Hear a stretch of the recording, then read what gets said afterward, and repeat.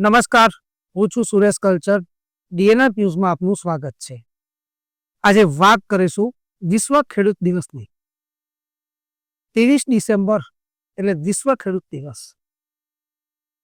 ભારતના 5મા વડાપ્રધાન ચૌધરી ચરણસિંહનો જન્મદિવસ એટલે કે ખેડૂત દિવસ.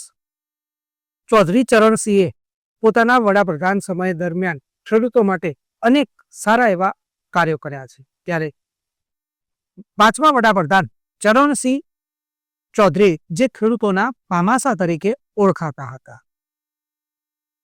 વાત કરીએ વિગતવાર ખેડૂત દિવસની તો ભારતના 5મા વડાપ્રધાન અને ખેડૂતના મસીહા તરીકે ઓળખાતા ચરણસિંહની જન્મ જયંતિ એટલે કે ખેડૂત દિવસ. ખેડૂતોની સ્થિતિ સુધારવાનો શ્રેય ચરણસિંહ ચૌધરીના ફાળે જાય છે. પોતે એક ખેડૂત હોવાથી તેઓ ખેડૂતની પરિસ્થિતિથી વાકેફ હતા. તેમણે ખેડૂતો માટે ઘણા જ સુધારા કર્યા છે. દેશની પ્રગતિ માટે ખેડૂતોની મુખ્ય ભૂમિકા જોવા મળી રહી છે. આપણા દેશ અને આપણા સુધી અન્ન પહોંચાડવાનું જો કાર્ય કરતા હોય તો તે ખેડૂતો જ છે. આજે આપણા સુધી રોટલો પહોંચાડનારો ખેડૂત જ ક્યાંક ને ક્યાંક કેટલીક મુસીબતોનો સામનો કરી રહ્યા છે.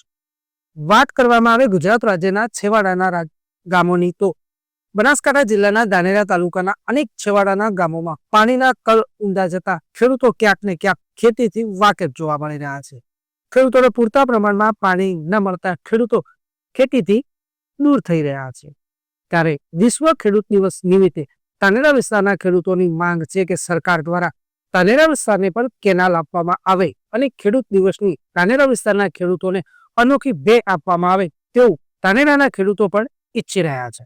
દેશમાં જો સૌથી મોટી કોઈની ભૂમિકા હોય તો જવાનોની અને બીજી ભૂમિકા છે કિસાનોની. ત્યારે જ લાલ બહાદુર શાસ્ત્રીએ પણ જય જવાન જય કિસાનનું સૂત્ર આપ્યું છે અને આ સૂત્ર આપણને ક્યાંક ને ક્યાંક સાર્થક જોવા મળી રહ્યું છે. ત્યારે દેશના તમામ ખેડૂતોને ડીએનઆર ન્યૂઝ પરિવાર તરફથી પણ ખેડૂત દિવસની ખૂબ ખૂબ શુભકામનાઓ.